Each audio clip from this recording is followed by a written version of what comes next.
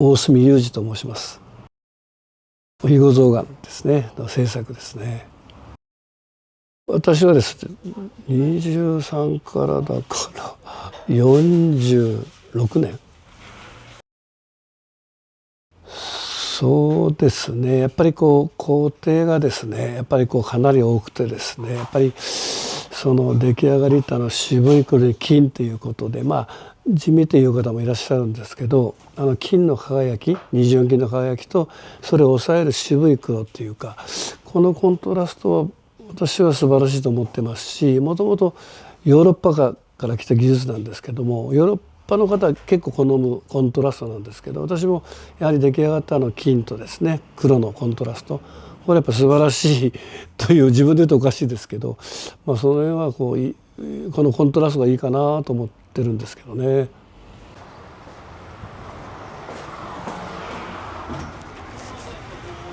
だからこれが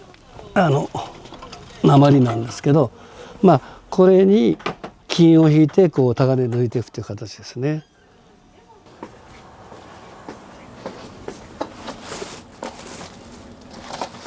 大体これぐらいのね薄いやつにして、でここに金を引いて抜いて曲げて取って火で焼いて象眼していくということですね。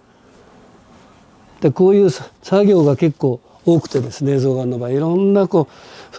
程に乗ってない作業のが多いですから、だからどうしても時間が1個作るのに時間がかかるということですね。ですからよく象眼が6工程の工程だけなんですけど、それ倍以上の工程が、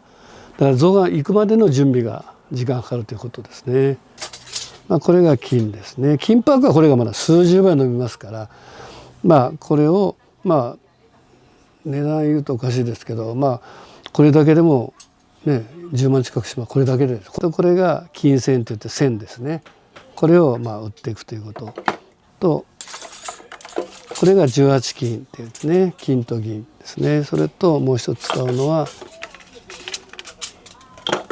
純銀ですね。この3種類を24金18金純銀を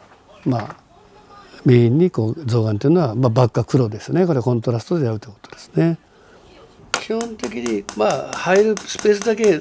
目を切るんですよね。でここに桜入れたりとか、ここに入る部分の目を入れる柄を入れる部分だけを目を切るということですね。ちょっとこれ桜のパーツなんですけど、後でタガネで抜いてるんですけど、使ってるのは24金18金純銀、この3種類ですね。これはこう置きますね。で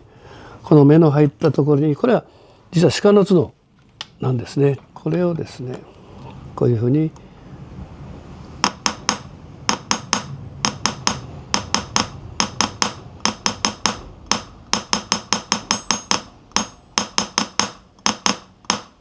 こういうふうに目の中にグッと入っていくわけですね。でその後これは工程ないんですけど、取れないように金を直接必ず叩いてですね、完璧取れない締めという作業なんですけど、こうやって完璧にずっと叩いてですね、本当はちょっと強く叩くんですけど、でこうやって完璧取れないようにして、それから目が余分にあるもんですから、これでこういうふうにして目を消していくんですね。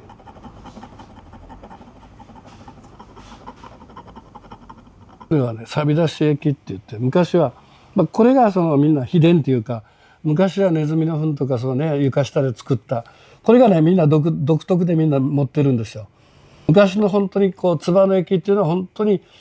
今でも代々みんな持ってますよね、亀に。でそれで特殊なやつは使うんですけど、普通のはちょっといろいろ調合して錆出し液を作るの、これだけはあんまりどこでも弟子には教えないですもんね。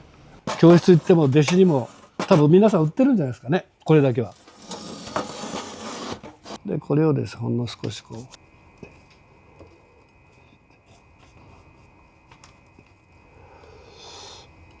でこれをコンロで温めるんです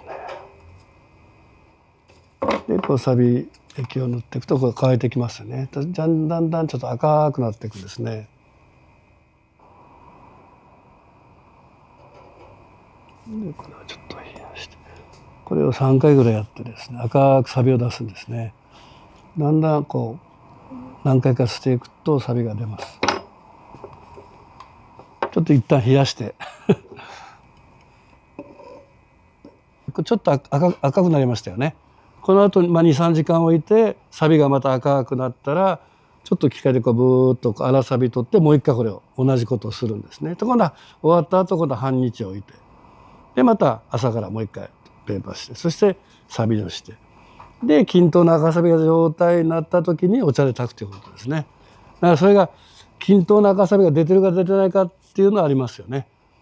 そこはもうやり方ですけど、あと湿気とか湿気とかですね、それによってサビの出方が違うもんですからもうだいぶ赤くなってますよね。少し前に比べたらこれを2、3時間置いとくとまだきれいなサビが出てくるんですね。これがお茶炊きといってサビを出して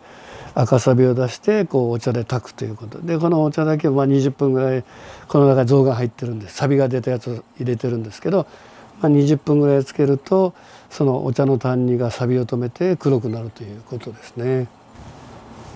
普通のお茶ですね。特にこう粉茶って言って意外とお茶のもうちょっと残ったねそういう粉茶をお茶屋さんからいただいて買ってやってるところで、別に日本茶であれば全然問題ないですね。傷を取りながら金が光るように磨きという作業ですね。難しくてですね慎重にやらないとですね黒いところに傷が入ったらいけないもんですから、これがきれいに光らないとその後のね出来上がった時全然光って見えませんので意外と大事な工程ですね。だいたい15分ぐらいですかね。1個早くてですね金の表面が大きいとまた光るのが難しいんですよ。で磨き棒っていうのはもちろんちゃんと研いでるからちゃんとあれしてるからこの磨き棒の棒の傷はつかないんですけど、金が広いとですねなかなか磨いた縦線が出るんですよ。だいたい磨くのは縦磨いて横磨いてもう一回縦磨くんですね。ちっちゃいのは1回でいいんですけど縦横磨いていくと磨いた方の棒の進んだ方にラインがどうしても出るんですよ。キラキラになることないんで、だから大きなやつはものすごく神経使うんですね磨くのに。ちっちゃいやつはそんなに神経は使いますけど大きい金の部分が大きいやつに比べたらだいぶ楽は楽ですね。でここが結構やっぱり時間がちょっとかかるんですよねどうしても。慣れない人はやっぱ30分ぐらいか1個だけ多分光らないからですねなかなか。これね結構磨き方もあるんですよ。強くしたり弱くしたり慣れてくるとこれ10分もかかんないじゃないですかね。そうねよく聞かれるんですけどね、なんだろう当たり前なんて象眼はやっぱりやっぱり光る金に渋い黒っていう色合いコントラスト、この辺はものすごく私も色合いが好きだし出来上がりによってはいい悪い出てくるんですね。やっぱいいものができた時の喜びとあとお客さんの方からやっぱり素晴らしいいいですねって言われた時がやっぱりそういう時がやっぱり象がやっててよかったなっていうのがあるんですね。もちろんねご飯を食べるためにやってるんですけどでもやっぱりどの職人もそうですけど当然ねご飯食べるために稼ぐためにやってるんですけど、やっぱり一番は自分が作ったものがお客さんの手に渡った時にお客さんの反応をやっぱり見るのが嬉しいし、それでまたねそれが素晴らしいとか綺麗だとか言われることがやはりそこで気持ちがですね嬉しいっていう気持ちがあってですね、そこを目指してやってるわけじゃないんだけど、そういうことで一生懸命作ってる喜んでもらうものを作ってるということですね。あとはうちも代々やってるもんですからこれを守り続けるっていうこれが一番難しいんですよね。やっぱ何百年続くっていうのはあんまりないんですよね。だからそれを続けるっていう重圧はありますけど、だからこれをどうやって続けるかっていうのは象眼に対しての思いはかなりありますね。この後じゃあうちの子供がするかっていうのは分かりませんし、やっぱり今後どうやって残すかっていうのは象眼に対してはかなりあります。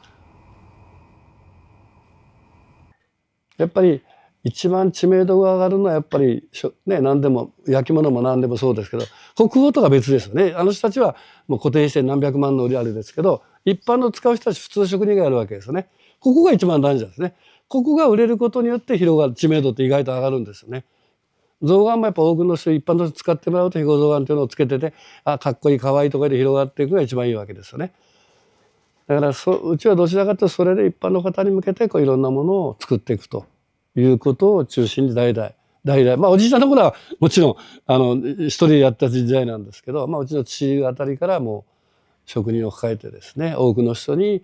使って買ってもらうっていうか、そういう形をずっと取ってるということですね。